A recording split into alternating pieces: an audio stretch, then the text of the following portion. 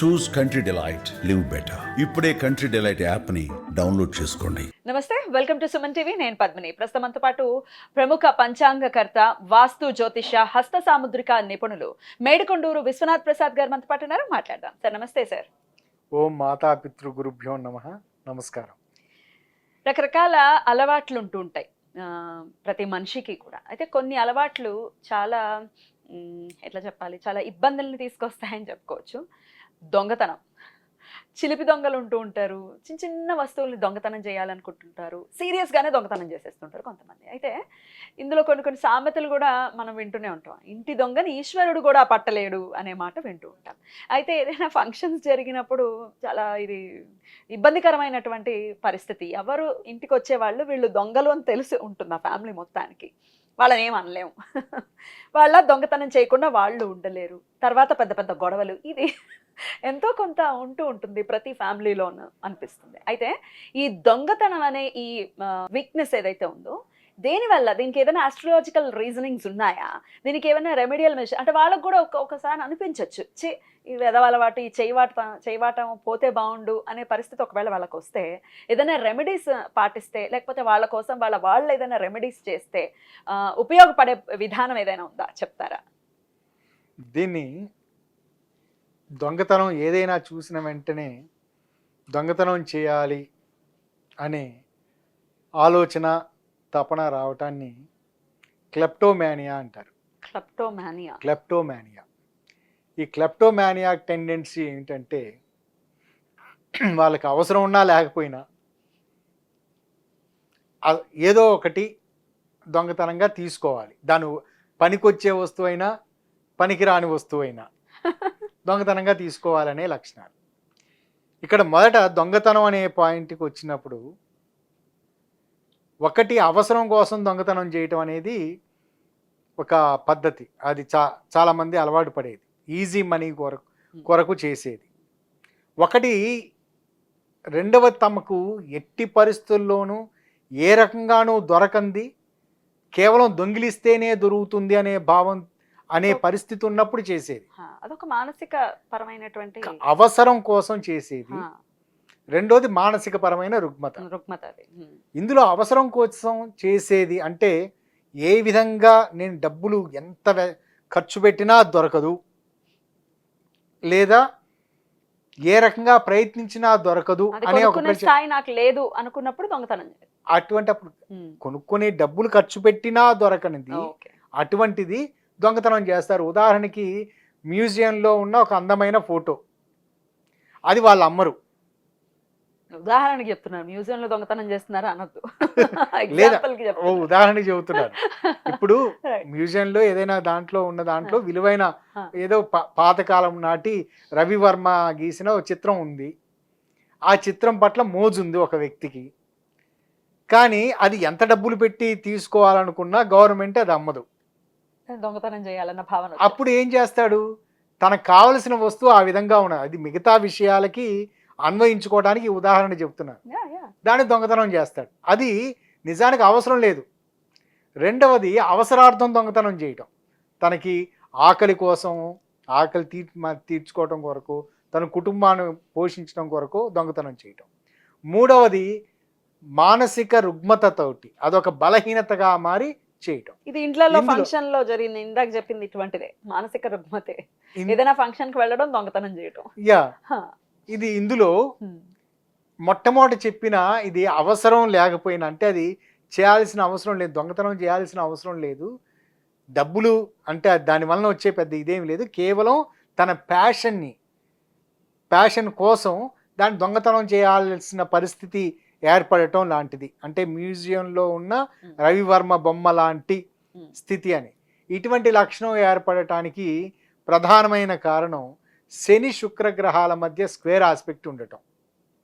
ఈ లక్షణం ఉన్నవాళ్ళు సహజంగా వాళ్ళకి ఏమిటంటే, ఏదో ఒక రకమైన ఇటువంటి రకరకాల ఊహలు, లేదా పాత నాణాలు సేకరించడం అని ఇటువంటి ఉంటాయి కదా, లేదా పాత పుస్తకాలు సేకరించడం అనేది, లేదా మంచి మంచి డ్రాయింగ్స్ ఇటువంటివి తీసుకోవటం, ఇటువంటి వాటి గురించి. అవి మనకి మామూలు ప్రయత్నాల ద్వారా దొరకదు కాబట్టి దాన్ని దొంగతనం చేయాలి అనే ఆలోచన రావటం ఈ గ్రహస్థితి వలన ఏర్పడుతుంది. దీని నుంచి బయటపడటానికి వారికి తెలిస్తే, అది మిగతా వాళ్ళు గమనించలేరు. దొంగని పక్కవారు గమనిస్తే అది వారు దొంగతనం చేయలేరు కదా. కాబట్టి ఆ బలహీనత వాళ్ళకు ఉన్నట్లు తెలుసు, అది బలహీనత అని కూడా తెలుసు. కాబట్టి ఆ బలహీనత నుంచి వారు బయటపడటానికి వాళ్ళంతట వారు శనికి సంబంధించిన శాంతి విధానాలు పాటించుకోవటం అవసరం. ఇక్కడ ముఖ్యంగా శనికి సంబంధించిన శాంతి విధానాలకి ఉపయోగపడేది చాలా అవసరమైనది ఆంజనేయ స్వామికి ఏదన్నా చేసుకోవటం. ఎటువంటివి సార్ ఆంజనేయ స్వామికి? సహజంగా ఆంజనేయ స్వామి దేవాలయానికి వెళ్ళటం. మన్యు సూక్తం ఏమైనా ఉపయోగపడుతుందా? మన్యు సూక్త పారాయణతోటి మంగళవారాలు ఆంజనేయ స్వామికి పూజ చేయించడం, ఇవి చక్కగా ఉపయోగపడుతుంది. ఇది ఫస్ట్ పాయింట్. రెండో పాయింట్, అవసరం కోసం దొంగతనం చేయటం. ఈ అవసరం కోసం దొంగతనం చేసే తత్వం ఇది సహజంగా ఎక్కువ మంది దొంగలుగా ఉండేవారు చేస్తూ ఉంటారు.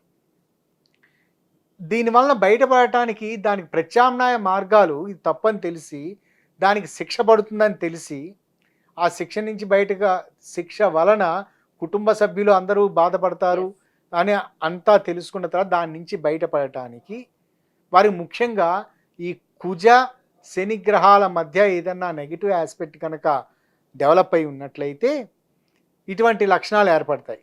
ఇదేమిటి? దొంగతనం చేయాలి అనే కోరిక.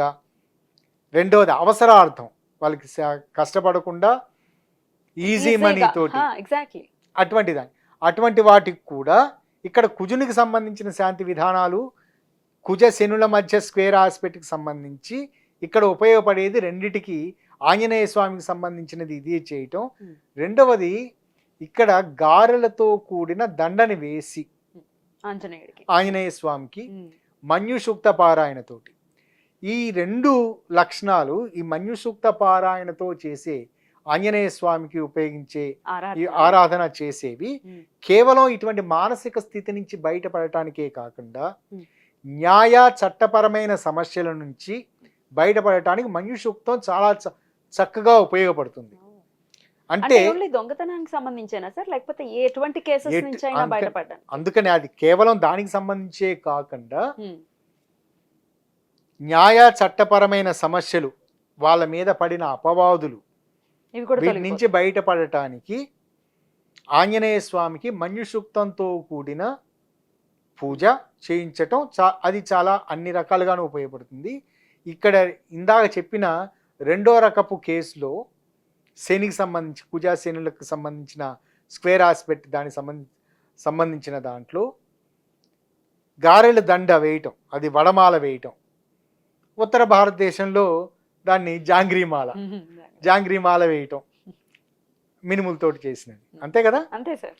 వేసినది ఆ విధంగా చేయటం వలన వారు ఆ మానసిక ఉపశమనం కాదు, ఇదేమో రోగం కాదు, అటువంటి మానసిక స్థితి నుంచి బయటపడతారు. దీని తర్వాత అత్యంత రోగమే సార్, మానసిక రుగ్మతే కదా సార్. రుగ్మతే మానసిక స్థితి. ఓకే,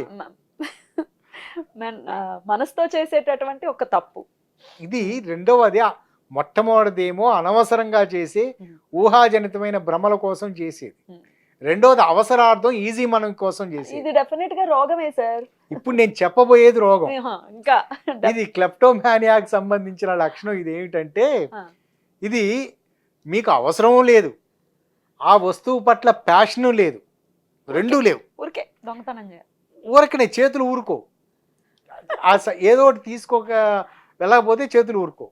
నాకు జరిగిన ఒక చిన్న సంఘటన చెప్తాను. చెప్పండి సార్. నా దగ్గరికి ఒకరు వచ్చారు, కన్సల్టేషన్ కోసం వచ్చారు. చాలా ధనిక కుటుంబం నుంచి వచ్చిన ఫ్యామిలీ వాళ్ళు వచ్చారు. వాళ్ళు వచ్చి కూర్చొని మాట్లాడుతూ ఉండగా ఎవరి జాతకం అయితే చూస్తున్నానో ఆ వ్యక్తి నా దగ్గర ఉన్న స్టాప్లర్, చిన్న స్టాప్లర్, చాలా చిన్నది స్టాప్లర్ తీసుకొని ఆడుకోవటం చూశాను. క్రమక్రమంగా ఆ స్టాప్లర్ వాళ్ళ బ్యాగ్లోకి వేసుకున్నారు, అది గమనించాను. నాకు జాతక చక్రం తయారు చేసుకున్న తర్వాత నేను చెప్పిన నోట్స్కి పిన్ చేయాల్సిన అవసరం ఏర్పడింది. ఈ స్టాప్లర్ ఇవ్వండి, స్టాప్లర్ ఎక్కడుందో, అదేదో సినిమాలో లాగా నా స్టాప్లర్ ఎక్కడుందో ఎవరైనా చూసారా అని తప్పట్లు కొడుతున్నట్లు చేశాను. ఇవ్వట్లేదు, ఎవ్వరూ నో రెస్పాన్స్. కానీ అక్కడ నా దగ్గరకు వచ్చిన వ్యక్తి వాళ్ళ అమ్మగారు దాన్ని గమనించారు, అది ముందే తెలుసు, కానీ ఆవిడ బయటపడలేదు. బాగోదు కదా. వాళ్ళకి నాకు తెలుసు, కానీ నాకు తెలుసు అన్న సంగతి ఆవిడకి తెలియదు. నేను వెంటనే వేరే వారి ద్వారా స్టాప్లర్ బయట నుంచి వేరే తెప్పించుకొని చేశాను. చేసి వాళ్ళని క్వశ్చన్ చేయలేం కదా. దాని తర్వాత ఏమిటి అసలు ఈ లక్షణాలకు కారణం ఏమిటి అని నా మొట్టమొదటి క్లెప్టోమానియా గురించి తెలుసుకోవడానికి ఉత్సాహపరిచిన అంశం ఇదనమాట. దాని గురించి చూసినప్పుడు క్లెప్టోమానియాక్ టెండెన్సీ గురించి అలెన్ లియో గారి పుస్తకంలో ఒక ప్రత్యేకమైన ఇది ఉంది. దాని తర్వాత కెప్లర్ పుస్తకంలో వీటిలో క్లెప్టోమానియా లక్షణాలకు సంబంధించి చూశాను. అందులో ఏమిటంటే నెప్ట్యూన్ కానీ ఇన్వాల్వ్మెంట్ ఉండి, నెప్ట్యూన్కి కుజునికి కానీ నెప్ట్యూన్కి శుక్రునికి కానీ ఇన్వాల్వ్మెంట్ ఉండి, లేదా నెప్ట్యూన్కి 6th హౌస్కి స్క్వేర్ ఆస్పెక్ట్ ఫండమెంటల్గా ఏర్పడి ఉన్న సందర్భాలలో ఈ క్లెప్టోమానియాక్ టెండెన్సీ ఏర్పడుతుంది అనేది అర్థమైంది. దాని తర్వాత అదే నేను చెప్పిన ఎగ్జాంపుల్లో అదే వారి వైవాహిక జీవితంలో పెద్ద సమస్య అయింది. అప్పుడు ఆ సమస్య గురించి పరిష్కారం దాని గురించి వచ్చినప్పుడు వారు గుర్తు చేసి, ఎట్లా వచ్చింది సార్ వైవాహిక జీవితంలో ఈ చిన్న వీరిద్దరు భార్యాభర్తలు ఇరువురు ఎక్కడో వారి అనుమతితోటే నేను ఇది చెప్తున్నాను. అడిగారా? వారి అనుమతి తీసుకునే ఇది పబ్లిక్ గా చెప్తాను, అది ఏమి లేకుండా అని చెప్తున్నాను. కాబట్టి బ్రీచ్ ఆఫ్ అగ్రిమెంట్ ఇది బ్రీచ్ ఏం చేయట్లేదు. ఇక్కడ వారు విదేశాలకు ఎక్కడికో వెళ్ళినప్పుడు, విదేశాల్లో ఎక్కడో షాపింగ్ చేస్తూ ఉన్నప్పుడు ఒక వస్తువు వారు అందులో ఒకరు నేను చెప్పిన ఇటువంటి లక్షణాలు కలిగిన వారు వస్తువుని ఇప్పుడు తీసుకున్నారు. ఎలా అయితే మీ దగ్గర దొంగతనం చేశారో అలాగే అదే విధంగా తీసుకుంటే పట్టుకున్నారు. పట్టుకోవటం వలన అది వాళ్ళ జీవిత భాగస్వామికి చాలా చిన్నతనంగా అనిపించింది. అది వారి కుటుంబ సభ్యులకి రెండు వైపులా తెలియటం, దాని గురించి ఇటువంటి లక్షణాలు మా పరువు పోయింది అనే ఫీలింగ్ లోకి రావటం, ఇటువంటివన్నీ జరిగాయి. కాబట్టి అటువంటి సన్నివేశాల్లో నా ఇంటర్ఫీరెన్స్, నేను ఇంటర్ఫీర్ అవ్వటం వలన దాంట్లో ఈ క్లెప్టోమానియాక్ టెండెన్సీ నుంచి బయటపడటానికి శాంతి విధానాలు చెప్పాను. మొట్టమొదట కలర్ రెమెడీ చెప్పాను.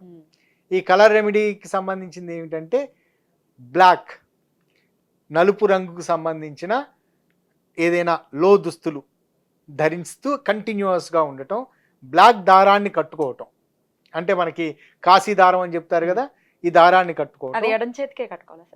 ఎడమ చేతి ఈ భాగానికి సంబంధించి కట్టుకోవటం, మణికట్టుకు కట్టుకోవటం. అటువంటి ఆ విధంగా చేస్తూ ముందు వివరించినట్లుగా ఇటువంటి లక్షణాల నుంచి, మానసిక స్థితి నుంచి బయటపడేసే తత్వం ఆంజనేయ స్వామికి ఉంది. సో ఆంజనేయ స్వామి ఆరాధన ఇవి చేస్తూ ఉండమని చెప్పిన సందర్భాలలో వారికి అటువంటి లక్షణాలు గ్రాడ్యువల్గా తగ్గడం మొదలుపెట్టాయి. నాకు క్లెప్టోమానియా గురించి తెలుసుకోవటానికి అవకాశం ఏర్పడింది. ఇప్పుడు ఈ వీడియోలో కూడా చెప్పాం, ఎవరైనా దీన్ని కూడా ఒకవేళ ఈ సమస్యతో బాధపడే వాళ్ళకి కూడా ఉపయోగపడుతుంది. బ్యూటిఫుల్ గా ఎక్స్ప్లెయిన్ చేశారు. 64 కళల్లో అస్సలు అడాప్ట్ చేసుకోనటువంటి, చేయకూడనటువంటి కళ ఏదైనా ఉందంటే అది ఇదే. దాని జోలికి వెళ్లకుండా చిలిపి దొంగతనం అయినా ఇప్పుడు మీరు చెప్పిన ఎగ్జాంపుల్ వల్ల ఎంత పెద్ద, అంటే అది వైవాహిక జీవితాన్ని ప్రభావితం చేసేది కదా. సో అందుకని ఈ దొంగతనాలు ఒకవేళ బలహీనత ఎవరికి తెలియదు కదా అనుకుంటే కాదు, కళ్ళు మూసుకుని పిల్లి పాలు తాగుతుంది కానీ ఎవరు చూడట్లేదు అనుకుంటా, ఖచ్చితంగా తెలుస్తుంది, పసిగట్టగలరు. రైట్ సార్, ఈ వీడియో డెఫినెట్గా యూజ్ అవుతుంది. ఆంజనేయ స్వామి ఆరాధన మంచి ఫలితాలను ఇస్తుంది అని చెప్తున్నారు కాబట్టి ఉపయోగించుకుంటే డెఫినెట్గా దాని నుంచి బయటపడాలి మన వాళ్ళని మనస్ఫూర్తిగా కోరుకుంటూ చక్కగా వివరించారు సార్. ఇట్లాంటి మానియాలు, ఫోబియాలు ఇంకా బోల్డ్ అని ఉంటే వాటి గురించి కూడా మనం ఫ్యూచర్ ఎపిసోడ్స్లో మాట్లాడుకుందాం. మరి మీకు ఒకవేళ ఏదైనా దేనికి సంబంధించి అయినా, ఫోబియాస్కి సంబంధించి కానీ ఇట్లాంటి మానియాస్కి సంబంధించి కానీ తెలియాలి అనుకుంటే, తెలుసుకోవాలి అనుకుంటే కమెంట్ సెక్షన్లో ఖచ్చితంగా కమెంట్ చేయండి. వాటిని అడ్రస్ చేసేటటువంటి ప్రయత్నం చేస్తాం. Thank you so very much sir. నమస్తే. నమస్కారం.